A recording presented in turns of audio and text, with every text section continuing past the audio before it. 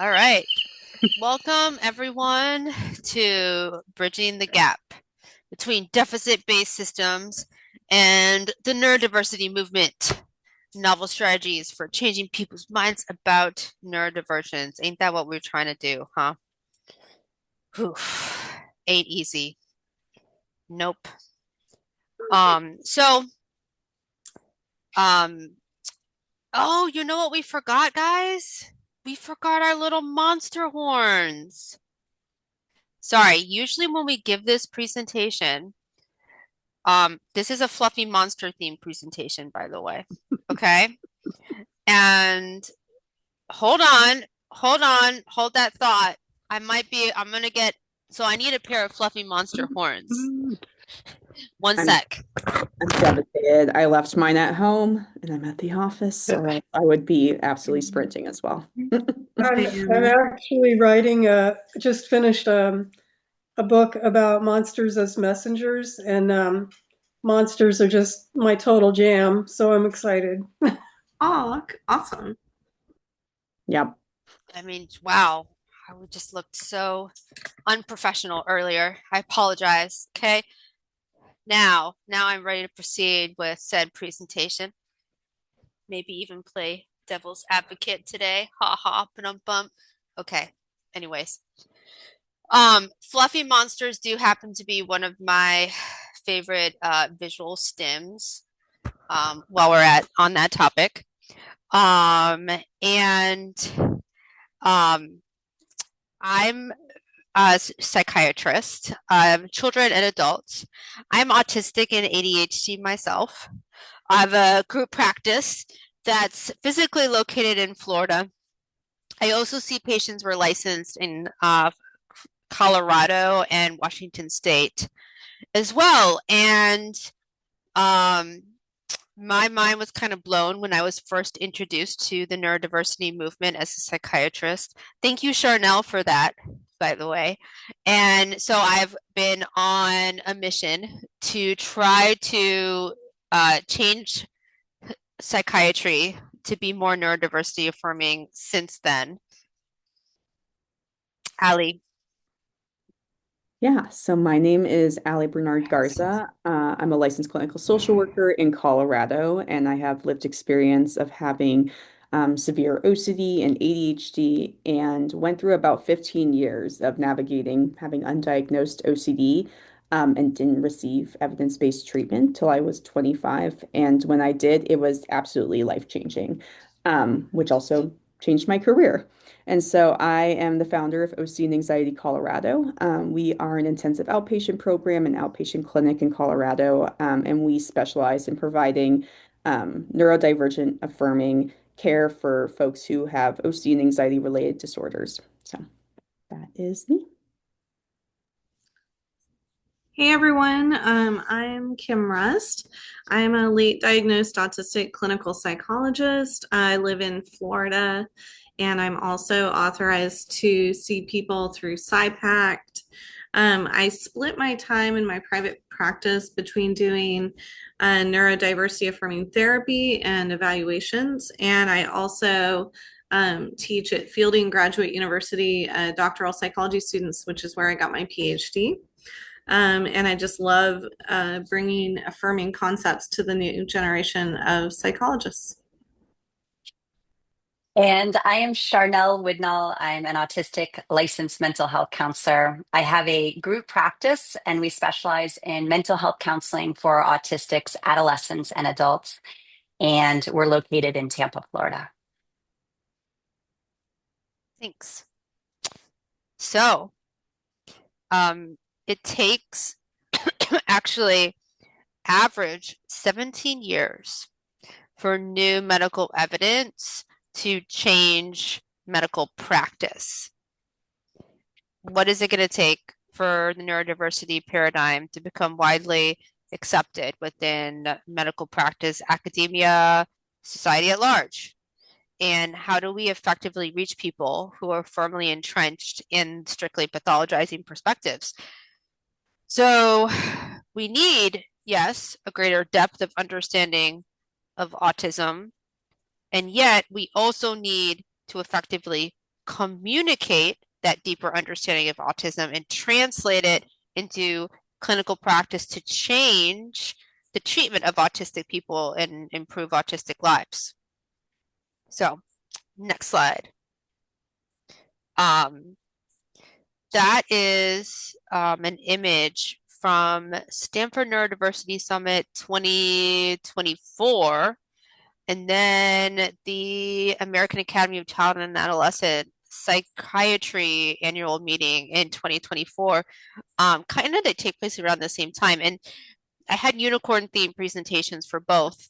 You can see that my autistic special interests definitely get incorporated into my academic presentations. And I like to combine because psychiatry is my special interest, and so are fantasy creatures. And being in private practice, it's really hard to get a platform to be heard at academic centers. I'm not a broadly published person in academics, so we generally don't get to be heard so much. And I had the opportunity to speak at both Stanford and at the American Academy of Child and Adolescent Psychiatry, and I happened to be in 2024 the first psychiatrist to present openly and publicly as autistic myself. And then, so I felt like I wasn't just representing me, but autistic psychiatrists in general, and I really didn't want to screw it up. So super nerve-wracking, thinking, what if I misrepresent neurodivergent people or accidentally give inaccurate information? That's always my biggest fear before a presentation, is giving inaccurate information and misleading people. What if everyone thinks I'm crazy, doesn't listen? How can a psychiatrist even be autistic? Is what people think. Well, and I don't know what I don't know yet. I ended up consulting a colleague from Autistic Doctors International who had a lot more experience than me advocating in these systems. They actually, ironically, told me not to present. They said it's far easier to make things worse for autistic doctors and set us backwards than to move things forward. They had a valid point. And yes, I presented anyway, but their concerns, I think, had merit. The fears are, what if I speak publicly about my personal struggles as an autistic physician, and then the academic audience thinks, oh, well, autistic doctors aren't really good doctors? Or what if I was actually speaking about better supporting neurodivergent physicians during medical training. And so the fear was, what if my criticism of current medical training, which is extremely toxic and robs us of our humanity and empathy, by the way, and my criticism of that type of system that is not neurodivergent friendly makes the academic medical system not want to hear what we have to say. And, I had residents presenting with me about their experience during residency as autistic residents, and what if that then endangered their ability to get a job as a physician. And I think most of all, it spawned this presentation that you're going to hear today, because it made me think about, how do I show up as an advocate in this system in a way that encourages my listeners to lean in instead of being defensive, and effectively changes people's minds. And that, of course, inspired a very autistic deep dive into the topic we're talking about today. Oh, you can see I'm the one in the middle. um, inside every advocate is a wound. I I didn't have much of a voice as a child. Um, my autism wasn't diagnosed until age 40. So very early diagnosed ADHD, very late diagnosed autistic. And I think a big part of what compels me to continuously speak up and to really value opportunities to speak is because I was unseen and unheard as a child. And so when I speak to you today, there's a wounded child inside of me speaking, and that same wound that inspires me to advocate is also my greatest liability as an advocate. I remember preparing for my Stanford talk with my autistic colleagues. You know, I was emphasizing that if we show up, you know, understandably angry about what we have experienced in our academic medical training system, we will turn them off to our message.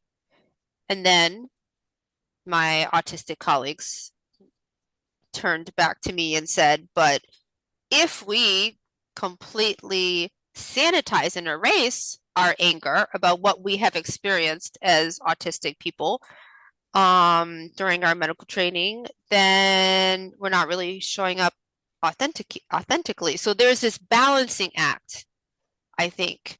How do we, as advocates, wounds, flaws, show up most effectively? Allie? Yeah, so in this presentation, we're going to be exploring the barriers that interfere with getting meaningful change. So not only the barriers that show up on the individual level, but also on the organizational level, institutional level, and even larger than that. And we're going to look at why it can be so challenging to change people's minds, and what we can take from political and social science about shifting people's perspectives, and use potentially in practice. And then we're going to take these strategies, and connect it to the larger systems, whether it's policy, training, education, and talk about how we as advocates can also care for ourselves in the midst of that, build support, and then make sure that this work is sustainable over the long term for us as individuals.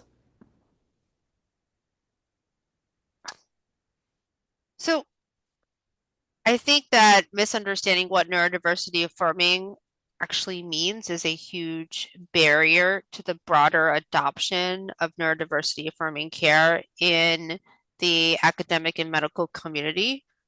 So being really clear, that I think, especially since in the past it's been called the medical model, people then think that, oh, I went too fast. We can go back to the other slide, Allie. That's on me.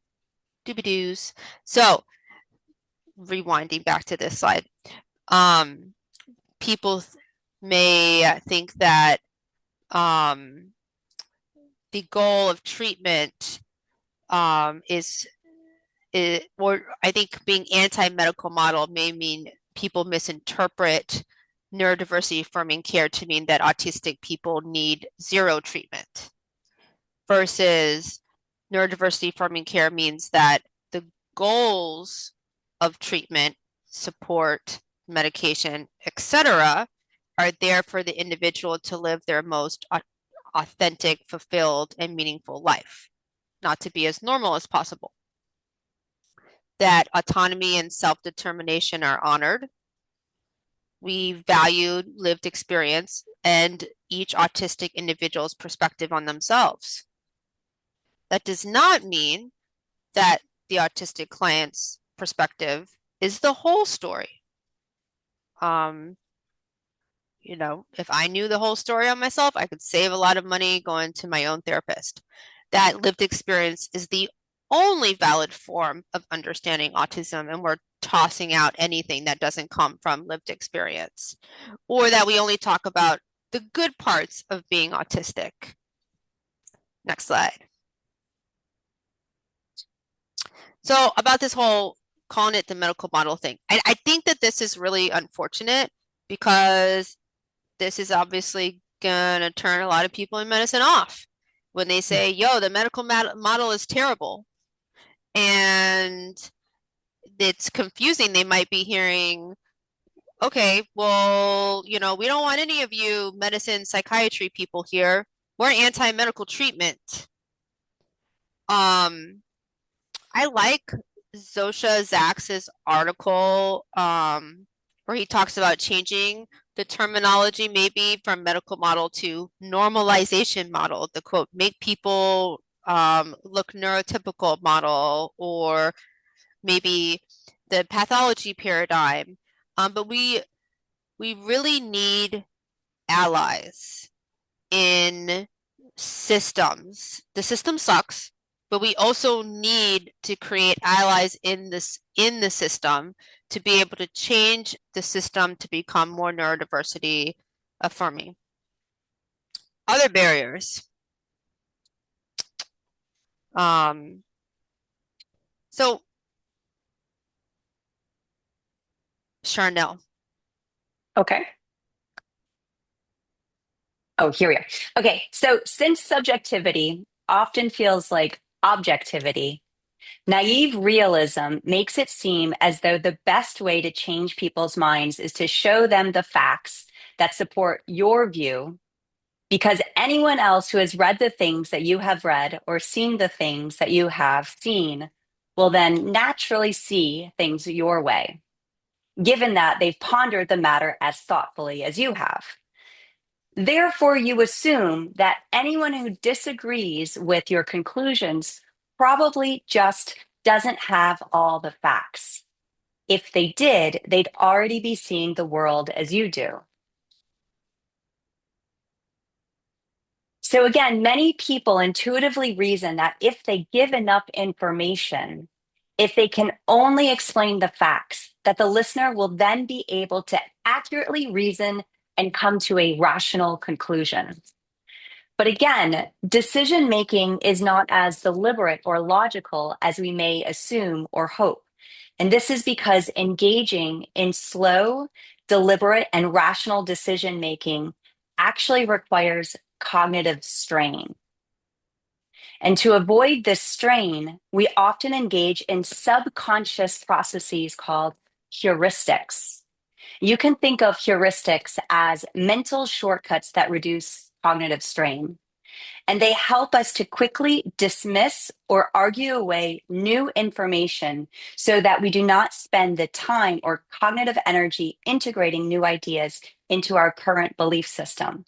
And this is why our advocacy efforts that look like trying to convince someone of our beliefs by providing them with the information that we have can actually be very ineffective. So there is social psychologist Jonathan Haidt uses the metaphor of elephant and rider to explain how decision making is not as rational as we experience it to be.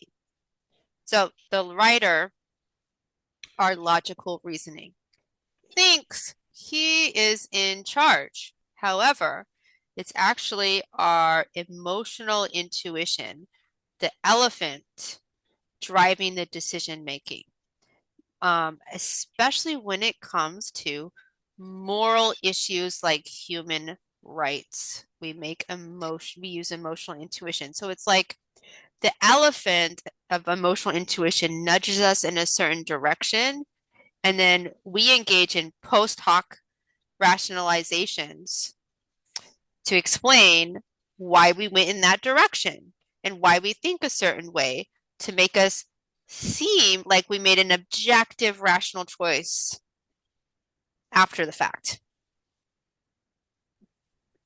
And it makes sense that the natural urge, especially in clinical or academic settings, is that if we just keep giving more information, more data, more research, that the thought is if I explain enough and if I show enough evidence, people will understand and change their minds. And the challenge is that sometimes the more data and information we give, the easier it actually is for the information to feel more abstract and for people to feel disconnected. And as that disconnect grows, it's common for frustration to grow with it for both the speaker and the person listening. Our goal is still understanding when navigating these conversations, but understanding doesn't only live in the writer. The rational part that analyzes and explains, it also lives so much so in the elephant and the part that feels, that's intuitive, and often is actually the one driving our real decisions. So, as Ali explained, info dumping certainly has its place, right? We love that, and are great at it. Telling stories that resonate with people emotionally speaks to that elephant of emotional intuition and is more effective in changing people's minds. So, to level up even more in changing people's beliefs, we need to help people understand why they came to hold a particular belief or opinion. So then they're starting to open their eyes and see the elephant underneath them of how their decision making takes place. Okay? Like, why do people keep a certain belief? What need does this fulfill for them? And what need, why did, what need does hanging on to that belief serve for them? So it can be really, really difficult for people who've held on to a pathologizing viewpoint to move to a neurodiversity affirming point of view. In general, people often cling on to their cherished views due to fears of what will be left in the vacuum if those views are changed. For example, people may prefer the certainty that the DSM-5 TR is 100% accurate rather than recognizing it as a fallible, socially constructed document that will likely look very different in 10, 20, 50 years. People may also fear for their professional relevance. In a lot of the psychologist groups I've been in, people will say things like, well, if self-diagnosis is valid or if self-identification of autism is valid, do I still even have a job as a psychologist? So they kind of fear whether or not they're going to be professionally relevant. So there's a lot at stake for people here. Yeah. So in my medical training, I was taught that autistic people have, quote, low theory of mind, which is also called cognitive empathy or perspective taking. And when I, in my later career, um, accepted that I had been wrong in thinking what I was taught that autistic people had low theory of mind, I had to also accept that I had caused harm as a psychiatrist in misunderstanding my autistic patients and in missing autism diagnoses in my patients.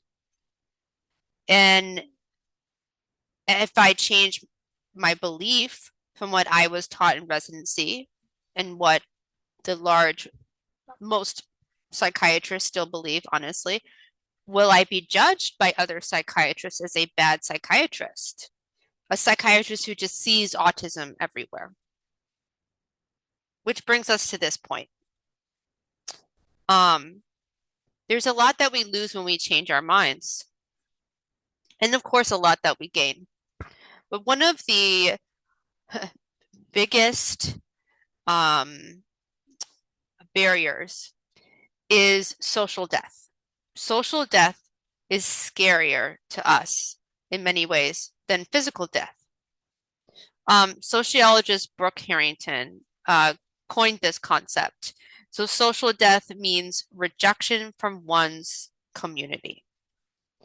Evolutionary psychology has a role here. So, back in caveman times, you fell, you broke your femur open, and you happen to be a very unpopular person, nobody brings you food, and you literally die from being an unpopular person. So avoiding social rejection from our tribe is a survival instinct encoded in our DNA. Your brain, when you're thinks you're going to die, when you're being rejected.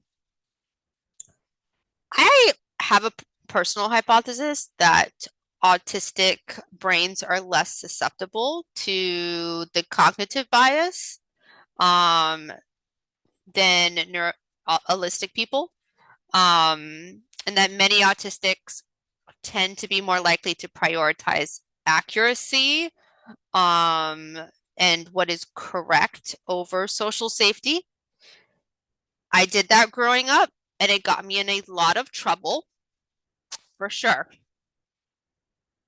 So, Julia Galef, co-founder of the Center for Applied Rationality, notes, hold your identities lightly. So, the degree to which people feel certain about a belief, even when confronted with contradictory data, is directly proportional to the degree to which they identify as belonging to a particular group of people who hold that same belief. Okay, let's say believing the social model of disability solidifies membership in a community of disability rights advocates. So if I identify as a disability rights advocate and being part of that group, it's going to be hard for me to objectively question the social model of disability. And then when I start to question it, are all forms of disability really due to societal barriers? I'm risking loss of membership in that community. I'm risking my personal identity as a disability rights advocate. Perhaps I'm not a good disability rights advocate if I experience being autistic as both a disability and an advantage. And then how safe is it for me to express my opinion on social media without getting ousted from my disability rights advocacy Facebook community? What do people risk losing when they change their minds?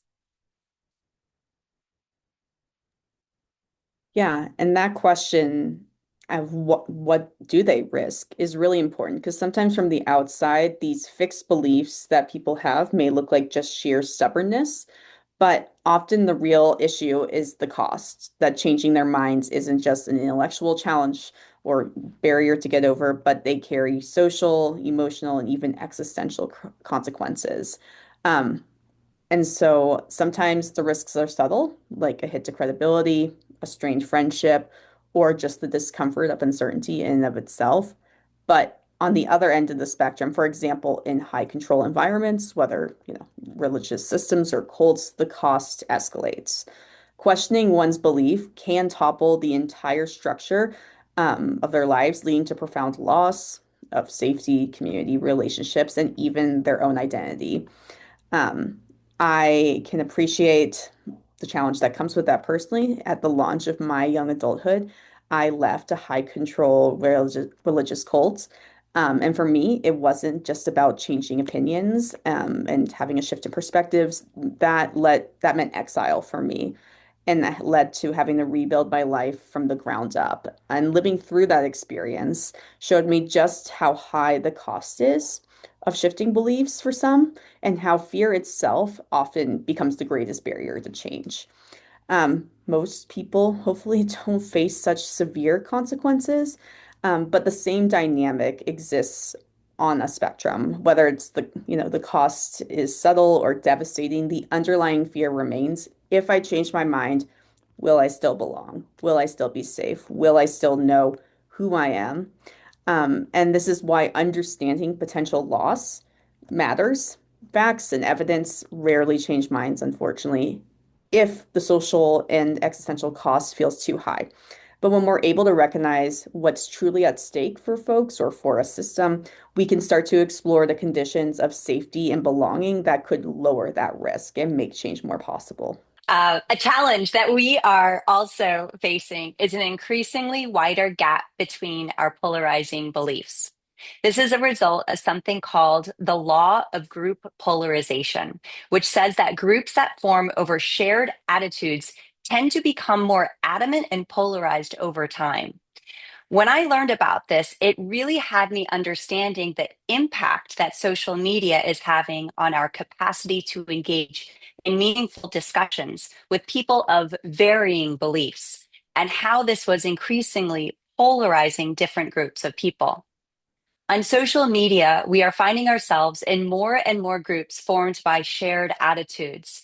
So we are actively engaging with fewer people with outside perspectives or opposing beliefs. It's clear, too, to most in the group that if you disagree with the group, you will be silenced or kicked out. It really reinforces something called cultural cognition, which means that if a person disagrees with the group, they do not speak up because they value being accepted by the group more than being accurate.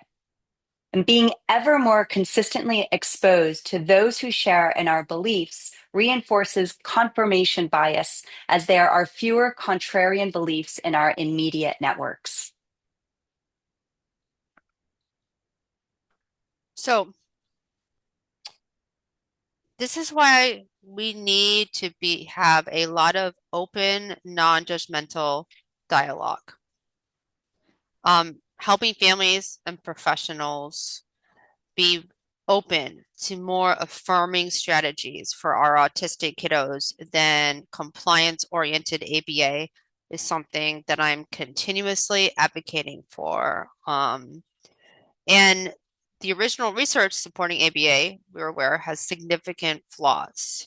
Um, Many autistic people have spoken up about how they were harmed when undergoing behavioral treatments that prioritize their compliance or appearing as holistic as possible over their quality of life, like teaching autistics to suppress their own needs, mistrust themselves, and mask autistic traits in order to please others. However, um, behavioral tools can be used for good or evil.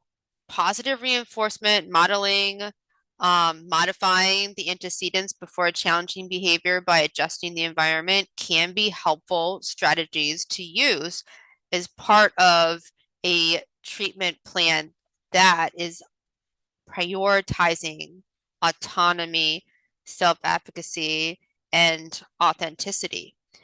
To better serve the needs of autistic people and their families, we need to be having really open, curious, non-judgmental dialogues about people's real experiences with ABA and other treatments for autistic people without shaming people. It's understandable that social justice groups may want to close themselves off to have their own safe spaces where everyone agrees with them and is anti-ABA. And that serves a really important purpose for people's psychological safety within the group. Um, However, to be an advocate, that doesn't translate to effective advocacy work, in which the goal is to reach people outside the group and help bring them into the group and change their minds. So for someone to change their mind, they need to feel welcome and respected in your group. Charnel again. Okay. Sorry, the chat messaging is getting interesting. Okay. So in my role If I as could just counselor, jump in really quick, yeah. that is a hugely triggering subject for the people here who have gone through it. So I just want to Yes, give people permission. Like if you're down to be the advocate, please stay and listen. If this is something that you cannot deal with, you are, more than supported to go. Okay. Thanks, guys. definitely. Good point. All right. In my role as counselor, I've met with parents whom I recognized were hesitant to share that they had used ABA in the past or that they had found it helpful for their child. I've started to wonder what that says about myself as an advocate for the neurodiversity movement if the parents of my clients do not feel comfortable sharing with me significant information from their child's past. And obviously, I move in primarily neurodiversity affirming spaces, and I obviously don't care for a lot of the ways ABA has been used, but I would feel uncomfortable and maybe even feel a little bit nervous right now in this group sharing that we Mhm. use some ABA, brief ABA when our son was a toddler. He was having meltdowns every day when it was time to get dressed for preschool. And like Stacy mentioned above, we realized that the antecedent to this pattern, which was emotionally draining for him, was letting him play with toys while I did the breakfast dishes and then expecting him to transition to getting dressed, which he really didn't like. And once we switched the order around, getting dressed and then playing, he was such a happier boy, and we were able to start the day without meltdowns.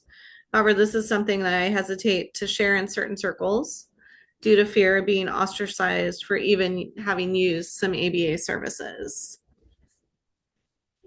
Um, I will share that I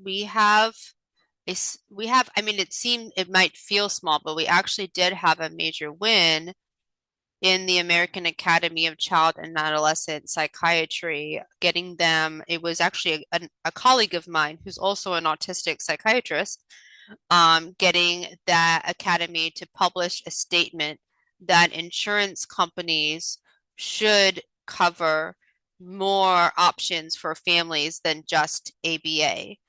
To start having it open up to families, even the option there. Um, it's really tough. Someone did put this in the chat too, that there are therapists who label what they're doing as ABA simply to get insurance coverage for it, when they're not doing ABA.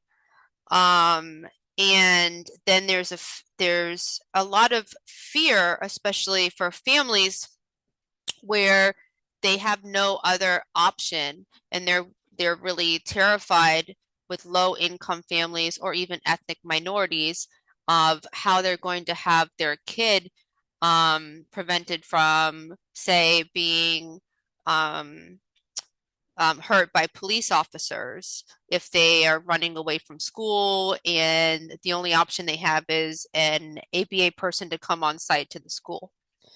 Um, so we have the work to be done towards getting more affirming, autonomy-centered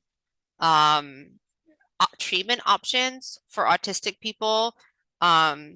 It's a ways to go. Okay, next slide.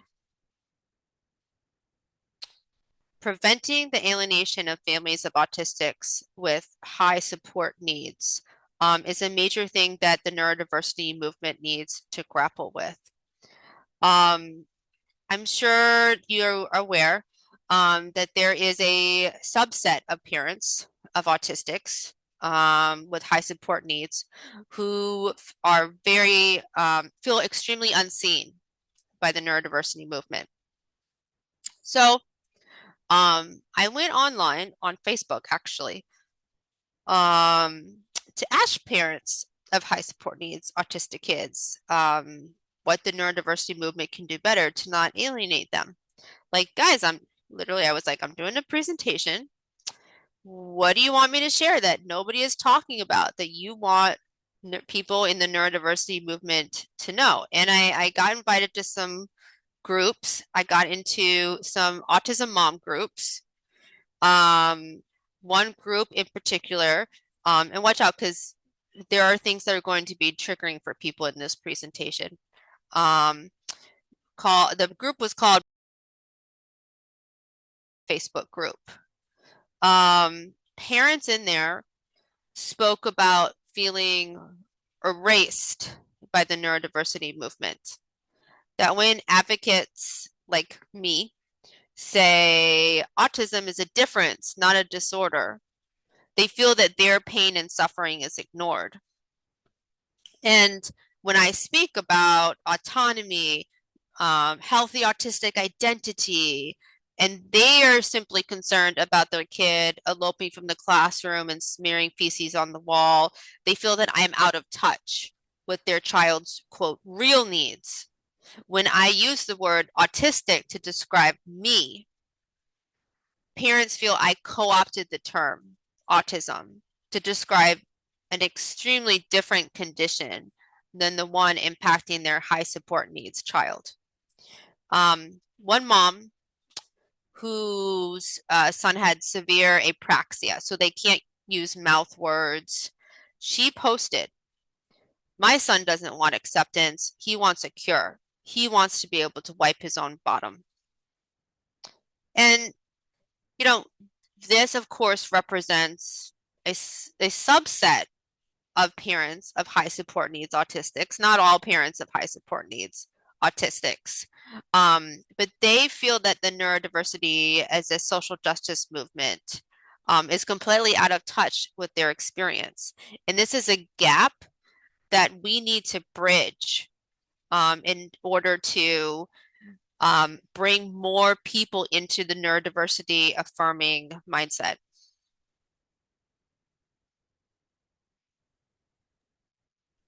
Okay. So there are no models within our neurodiversity community on how we can highly effectively advocate to shift the minds of our clients, their families, and of other medical professionals away from the deficit-based lens. However, we can use insights gathered from other effective advocacy models and apply them to our own efforts. And I would like to speak to a model called deep canvassing. Deep canvassing was developed at the Leadership Lab, Learn, Act, Build, the political action arm of the Los Angeles LGBT Center. One of the lab's core missions was to change people's beliefs about gay marriage. And the lab, through its advocacy work, discovered this process they identified as deep canvassing. So this deep canvassing differs from traditional canvassing in that it focuses on personal storytelling, empathy, slowing thinking, and on eliciting perspective taking. So what does this look like? It starts with non-judgmental engagement, meaning the canvasser respectfully and non-judgmentally asks the person's opinion on a specific issue.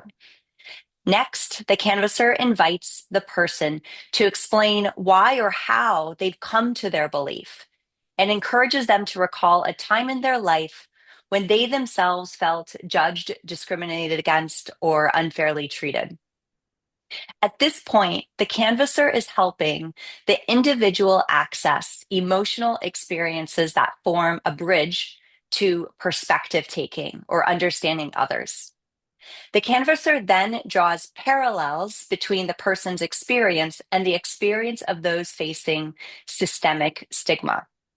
This critical step encourages the person to see the issue through a lens of shared humanity, cultivating a shift in their perspective. And research by Brookman and Kalla in both 2016 and 2020 found deep canvassing to be highly effective when used to target transgender prejudice. They concluded that the effects were large and long lasting, with increased positivity present even 3 months after the initial deep canvassing conversation. And it's important to note that each deep canvassing conversation lasted just 10 minutes. So, what Brookman and Kalla's research offers for us is that if we use deep canvassing model within our own conversations, that we too can increase openness and we can help people to let go of their beliefs that are incongruent to what they actually know. Yeah. So when we are trying to change people's minds about neurodivergence, we want to be primarily evoking from other people, not just inputting into them our beliefs. eliciting their reasons for a belief, encouraging self-reflection. In psychiatry, we call this mentalization or metacognition when you're thinking about your own thinking.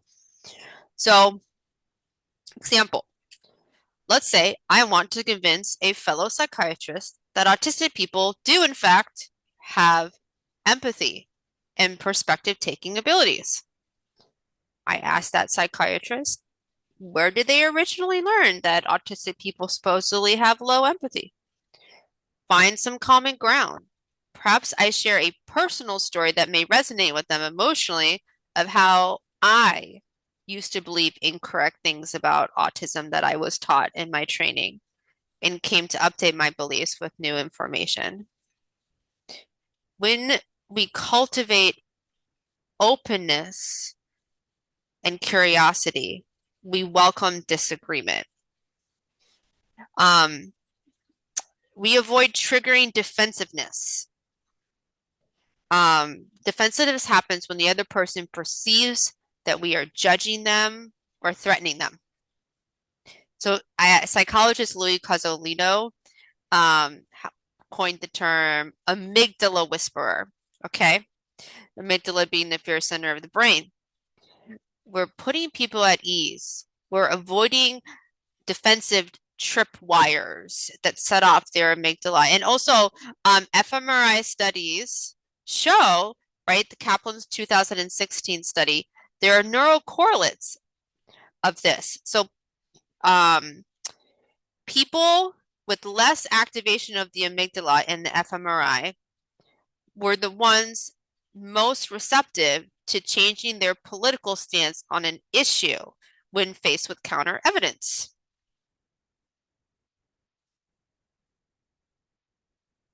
And in psychiatry, I also see that we need to listen more than we speak. Approaching the person across the divide as a fellow explorer rather than as I'm the expert. I really hope that we can normalize making mistakes as practitioners as much as possible, and that updating our clinical practice is healthy. It's why I'm always very loudly and publicly sharing with my fellow psychiatrists how many autism diagnoses I used to miss back in the day, including my own diagnosis, and how recognition of that error, updating my prior assumptions and pivoting in a new direction enhanced my well-being and the well-being of my patients. That recognizing an error and pivoting is something to celebrate in our field, not be ashamed of. Leading with vulnerability invites others to self-reflect and lessens their shame. So you might notice I began the presentation today with a story about my personal insecurities as an advocate. And humor and playfulness can help people tolerate the discomfort of controversial topics and connect to us as more human. I noticed that when you use humor, the audience can stay within their realm of tolerance while exploring uncomfortable topics longer, and you give them characters to relate to. So we go deeper without lighting up that person's amygdala when we have humor and we have stories. Yeah, so I've had the privilege of being able to serve as an advocate with the International OCD Foundation. And through this work, it's just reinforced this belief that I have that lived experience and story is one of the most authentic ways that we can help bridge the gap between professional knowledge and true understanding and change. That's why I choose to very openly share about my lived experience, especially about taboo content with OCD, and kind of take that first step of putting that information out there because it's not lost on me how scary that is and how it's cost a lot of people. And my hope is that by using my own personal stories, that I can create impact where data alone is going to fall short. And hopefully lessen shame, deepen empathy, and open a space for change that maybe wouldn't have been there before. So, in that process, also, we're moving away from positioning ourselves as the sole expert, instead, shift into a role of being a partner, walking alongside others in their journey. In addition to the deep canvassing, another model for how to get people to hear and listen to each other was presented by Kirk Schneider, the psychologist, in his book, The Depolarizing of America, a guidebook for social change. He talks about the fear that keeps people from wanting to change. And as Schneider explains, fear drives polarization by fostering black and white and us versus them thinking. As he puts it, fear tells us if we can stick with what's familiar and routine, we will be okay. He suggests that we need to remember that we're dealing with myths, not absolute truths. Following from this, we need to remember that even our DSM diagnoses are culturally constructed and subject to change. Schneider has a program for individuals to talk to each other and for groups to talk to each other. And in both settings, people are asked to focus on walking in the other person's shoes and really, really listening to their stories, not focusing on how to change the other person's mind.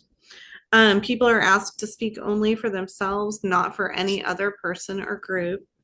And really, the key is to abandon expectations that participants will change each other's points of view. The talks conclude with what, if anything, they learned about each other, and if there is a prospect for common ground or action. And the larger goal is to find our way to a renewed colleagueship, which is definitely our goal in this talk as well. Now we're going to move on to thinking about how people in the mental health and medical field are educated and reflect a little bit on that professional training and education. So the current educational model is one that fits with Pablo Freire's notion of the banking approach to education, in which students' minds are kind of filled with information which is considered true knowledge.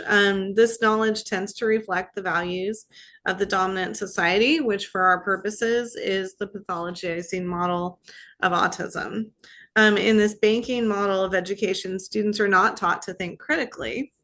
Rather, as it has been described by Hoffman and Clear Hoffman, these psychologically educated professionals then rely on this acquired knowledge and impose a value system on clients. What's an alternative to this? Well, Charles Sanders Peirce proposed the notion of fallibilism. He suggests that no belief is beyond revision because our knowledge is always incomplete. He also emphasized the importance of the communal nature of scientific understanding. This is the approach that we should be taking in our understanding of autism in particular and diagnoses in general. This open-minded and ever-questioning approach is in sharp contrast to Freire's banking notion of education. So it brings up another story from my residency. So at the time that I was actually, this is my child psychiatry fellowship after residency. There was a lot of controversy over what did or did not constitute pediatric bipolar disorder.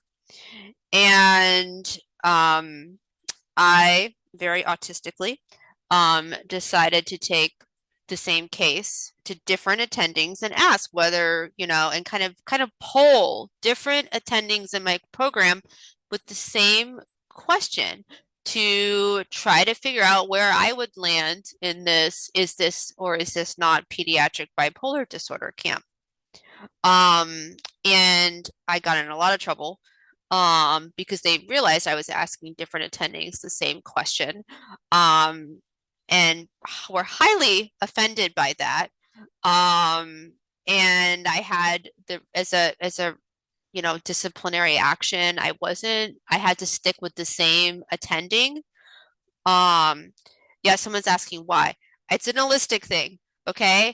It's this whole thing where clearly science and medicine are very subjective, very changing, and very confusing.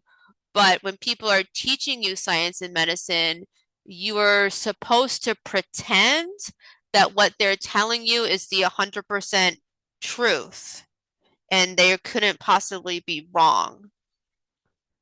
Um, that's medical education. And so in this type of culture, right, in your training, is it safe to be wrong? Is it acceptable to be wrong? Is it acceptable to be like, yo, this is really subjective? Was the subjectivity of clinical practice and the existence of multiple perspectives about treatment strategies highlighted? Are trainees encouraged to openly and respectfully disagree? So, Julia Galef's 2021 book, The Scout Mindset, Why Some People See Things Clearly and Others Don't, describes two modes of thinking. Okay? The scout, whose goal is to constantly refine an accurate map of reality. That's me in residency asking tons of questions, and even the same question of multiple different people. Whereas a soldier's goal is to defend their existing map as the correct map. Ideally, we want training programs to help cultivate a scout mindset in which learners can acknowledge we're wrong, let's celebrate, with unbiased truth seeking, even when it's uncomfortable. And Galev's book resonated with me a lot because I'm constantly telling my medical residents who come through my practice, stay curious, cultivate a place of non-defensiveness as the physician so you can celebrate and be aware of when you are wrong.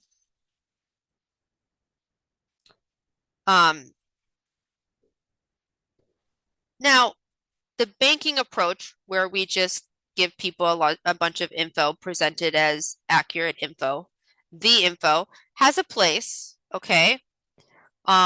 We do need more training programs to just give basic info about autism and neurodiversity-affirming approaches, and to publish and highlight that information. And there's this huge gap I find between the academic research world and the clinical practice world. Again, it's, in private practice, not at a large academic center. I'm not the kind of person who generally gets to speak at conferences yet. I have managed to ally myself in ways and try to find an in. And yet it's people who are in clinical practice who are integrally exposed to their clients' lived experience on an ongoing daily basis who have so much to offer the academic research world.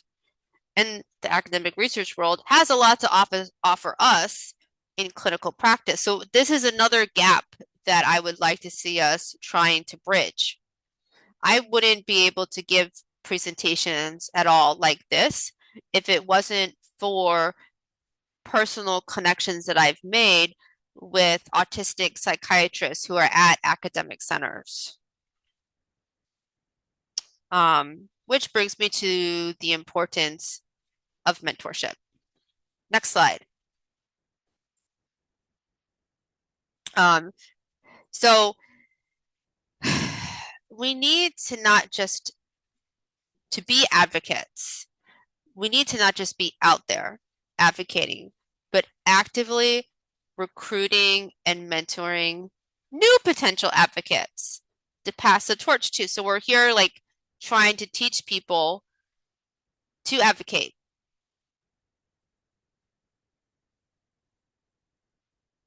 The personal toll. And maybe this slide belonged farther up earlier in the presentation, perhaps, because, like we brought up earlier, we talked about ABA. ABA is incredibly triggering. And as an advocate, I'm triggered a lot. I have triggered a lot. And it's tough, okay? Um, all the time, you know, told there's no way you could be autistic. That's not the gold standard. We've been doing it this way for over 50 years. Um, and those things actually hit me harder as an autistic person. It's like being autistic. I'm both particularly well suited for advocacy work because I'm like, yes, I'm going to speak out against social safety and against the norm, and put myself out there. And I have that justice sensitivity. And yet also, I'm particularly vulnerable to the rejection sensitivity dysphoria and personal impact of what happens to me as an advocate, of going into these. I mean, it happened to me last week. Okay. I was stuck in my garage. My husband found me in the garage, just on my cell phone because I was on a Facebook group called and psychiatrists were all posting about like, what is this ADHD thing? These are just borderline people just making stuff up, like show them the DSM-5 and basically talking about they were saying that rejection sensitivity dysphoria is just people not being able to tolerate normal human feelings. It goes on. Anyway, and it burns me up inside. And I'm like, oh, I gotta change these psychiatrists' minds. There's like vulnerable neurodivergent patients who are seeing them, who are coming to them for help and being met with this shame and judgment. It boils me. Okay. So, managing that very personal toll of being in the arena and taking in those people's perspectives and not coming back at them with a big F you and things that you really want to say to them, and instead opening dialogue um, is hard. I'm still figuring it out, of course. Um, yeah, Kim. I think we're gonna skim because the person doing the PowerPoint has to go. So, Okay. um, but just to quickly say that, other things that can cause a toll is the impact of trauma, social justice sensitivity, and rejection sensitivity dysphoria. I hate to, skim over that, but I think a lot of yes, trauma, Yeah. PTSD, exactly. So, um, next slide. Yeah. Yeah, this was one of the first presentations I did with Stacy. And it just highlights, in all the work that we've done together and the work that I've done in the advocacy world, how I cannot do this work alone, even though sometimes I'm tempted to just go straight into something solo and the costs can be so high. And community in the midst of this work has meant everything to me in protecting also myself and my ability to continue to advocate, you know, for hopefully years to come. Yeah. So, um, at the end of this presentation, we have a script that we share and it says Stacy says something wise. And and then when we were giving the presentation, I realized I didn't really have a wise thing to say. I said instead, I think what I've learned is I need to stop talking and do more listening in this journey. And so I hope I can take the mentorship I've received and pay it forward in helping other people become advocates. I want to keep deepening my understanding of people's perspectives that are different from my own. And I look forward to finding out what I'm wrong about next. Thanks for listening. One of the joys of my position here is I get to say things other people can't say. And first of all, thank you. That was brilliant. It's so brave to be an advocate. I deal with it myself. But here in this community, like I said, I can say things that I really want to say. And people in the chat were asking me to expound on something. And that is as a primatologist, anthropologist with my grounding, my special area in social cultures, animal cultures, our culture outside of neuronormative culture. I feel very strongly these days that we are dealing with something foundational, and that is for neuronormative society, the goal of exchanging information is not so everyone can thrive. It's so the hierarchy can be maintained. Whereas for us, and I'm generalizing, for us, sharing information is about establishing all of our gifts and things that we're not as good at so that we can come together to become larger than the sum of the parts and solve problems and help everyone thrive. And that is an animal social model. It's a holographic heart brain environment model where everything is completely connected. And I love that about us. And so when I come up against, or people I care about, you guys come up against this foundational difference in co-creating reality, I love your suggestions. I find it frustrating emotionally, as I know you do, because I think it's very difficult dealing with this foundational difference about what we're even doing in the first place. Yeah. Feel free to comment on that if you like. And there are also, after that, I have a couple of questions in the chat. Thanks. Anyone have comments on that? I think it makes a lot of sense. The um the prioritization of I would say maintaining the status quo, so to speak, versus prioritizing accuracy, honesty, and openness.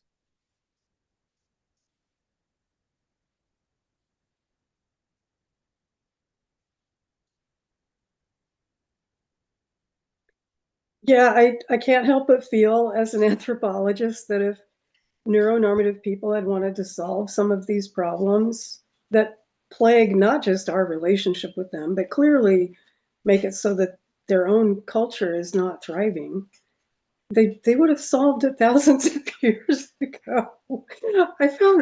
I'm sorry, I sound so jaded right now. I think I'm going through an anger phase. Oh, I think we're right there with you. I was joking recently that back in 2020 we joked that it was a dumpster fire, right?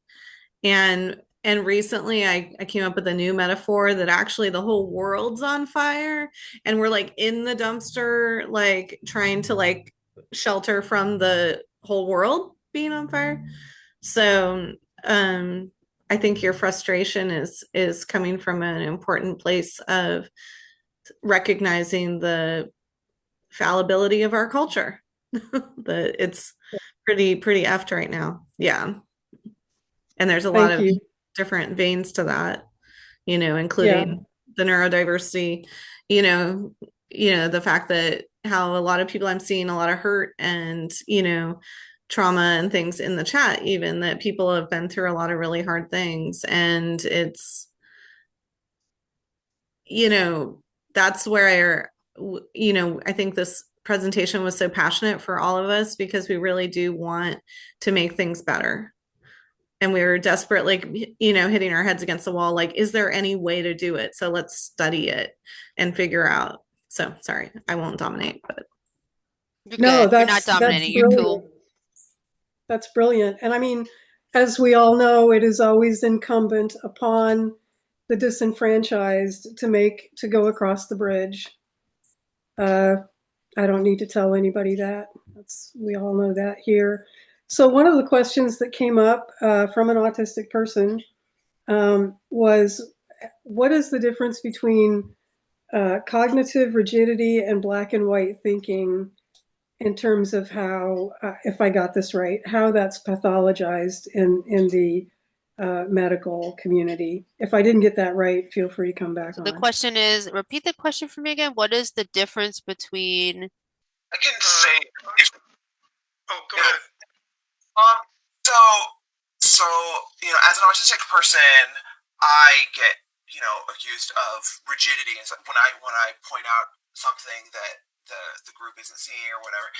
And what you mentioned earlier in the talk is this. The way we polarize, the way neuronormative groups will. So, is there a fundamental difference between the way we do it that makes everyone uncomfortable, and they say we're black and white thinking and whatever, and the way neurotypical groups do it? Is it a group versus an individual thing, or is this just a human thing?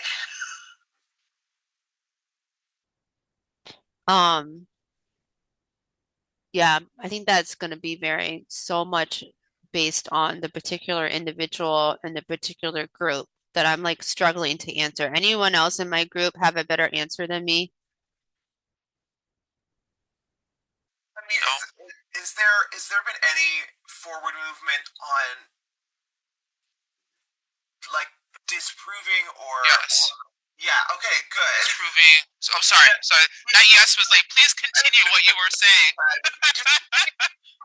that autistic people are any more rigid than any other human being. Because I think people get. I mean, what it was in your talk. People get rigid when they're uncomfortable, when they're afraid of losing something, and there are things that neurotypical groups, are afraid of losing. They're afraid of losing the belonging that they have.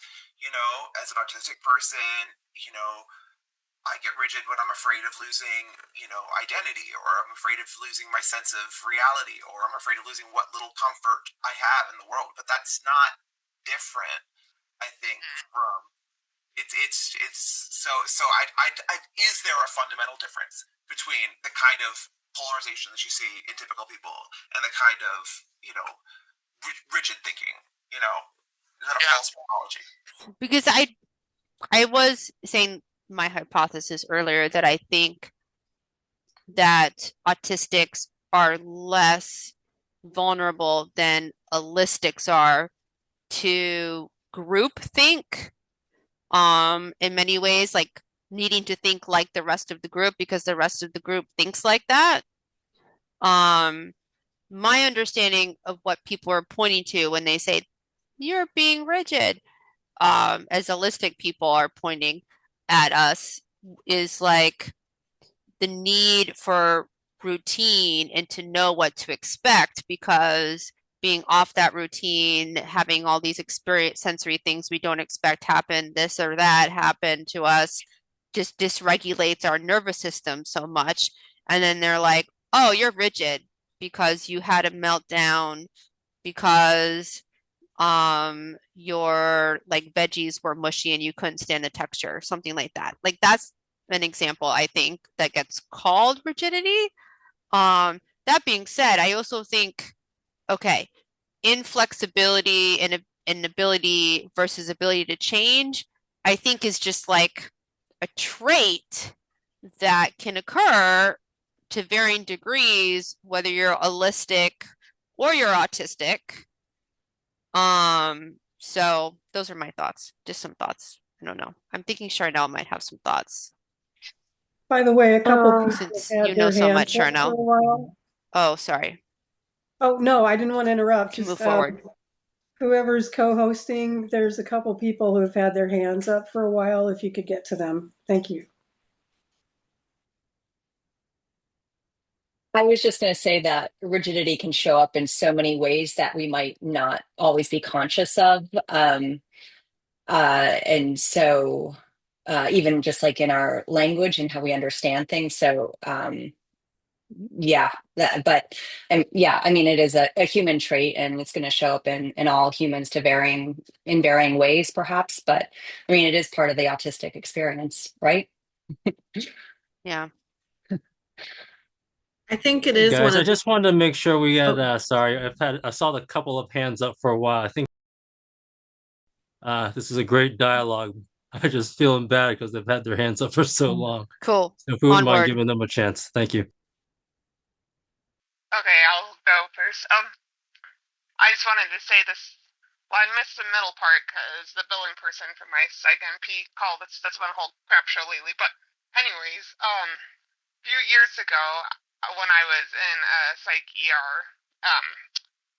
well, like, how do I say this? Like, stayed there for a couple days. Anyways, I had a textbook about ableism with me. And the psychiatrist, I want to say, was only in her young 30s. I didn't ask her age, but my guess. She had no idea what ableism even was. And it was pretty empty at that point, so she spent like 40 minutes with me. And she let me show her my favorite part, so I showed her this poem called Naming Ableism. And she actually ended up crying in front of me. And then she took it and made copies and made all of the nurses and everybody read it.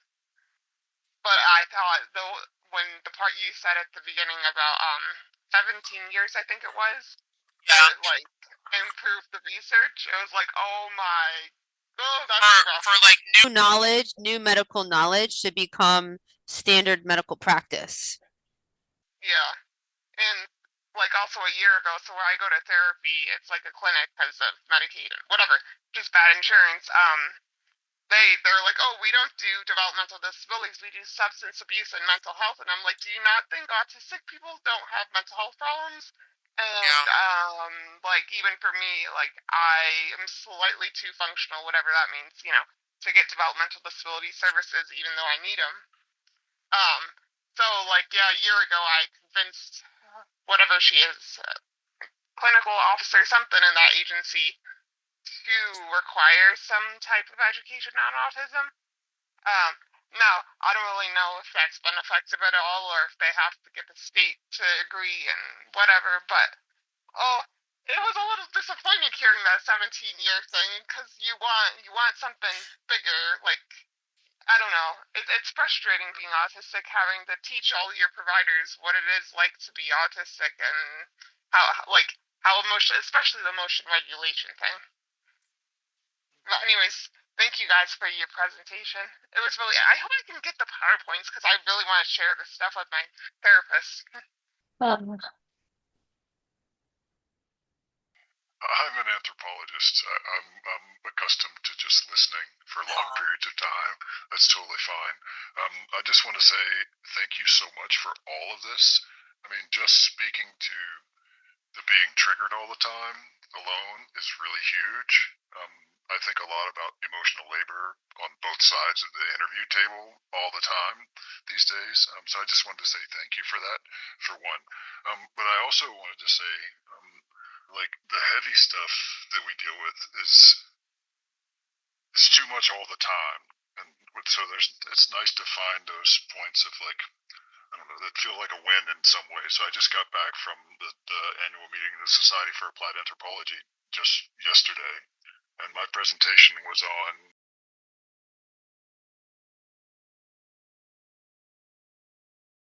because I was considering like, okay, where can I intervene? Where can I intervene that might make a difference? So I'm just struck by the synchronicity between what you guys just presented and what I've been doing with this work and the way I've been presenting. And the way I came about this was not to tell them anything directly. So I opened the presentation. This was inspired by a research participant who basically has a little spiel that he has to do at the beginning of sessions because he doesn't present as a typical autistic person. And this person is an autism researcher. Okay, speaking to professional people. So I opened the presentation asking them to take a moment and think quietly about what autism means to them, what it looks like, if there are any autistic people in their lives. And then the next exercise, after a few seconds, was just to close their eyes and pay attention to what they noticed in their bodies, around them, from other people, all of that stuff. And then I asked them to consider all of that like this. Right? And the responses were really intriguing overall. Because it was a way, what I was trying to do was try to find a way to give them something a little more experience near to get around this very problem of defensiveness. I've tried that. I'm an autistic person. That was always my problem. I'm going to tell you that you're wrong if you're wrong. And then, but that's never worked out very well. So I wanted to try something really different. And the number of people that came up to me after that and through the rest of the conference and just said, thank you for doing what you did, was enormous. So we are making some inroads, and I 100% agree that the way to go about this is not to keep browbeating the other side. That really gets on my nerves. So I've been pushing into funding research and seeing what the claims in that suite of New York Times op-eds last fall were saying about people like us taking funds away from profoundly autistic research concerns. None of that shit is true. Not even close to true, according to the actual numbers. So this whole bit about divide and conquer, this is an old strategy that all kind of authoritarian sort of systems have used for as long as anybody can remember. And we're not doing ourselves any favor by perpetuating that. So I really just wanted to say, thank you for the bridge to the parents. They are struggling. And yes, there's some, let me pardon my language, but there's some really hateful, awful shit that happens in that scene too. Don't get me wrong. I will not tolerate that sort of stuff, but we're working at cross purposes, and that's become so much more clear with this latest administration in power. So again, it's a long ramble, but I just want to say we are making some wins, so keep it up. Thank you. Your talk really cool. Sounds amazing. I want to say that I don't know if you're familiar with the book How Minds Change, but that's where I got a lot of the stuff that you might find that book interesting. You probably have better sources, but I thought it was pretty cool. No, I love reading widely. Okay. How Minds Change, correct? Yeah, I believe so. Yeah.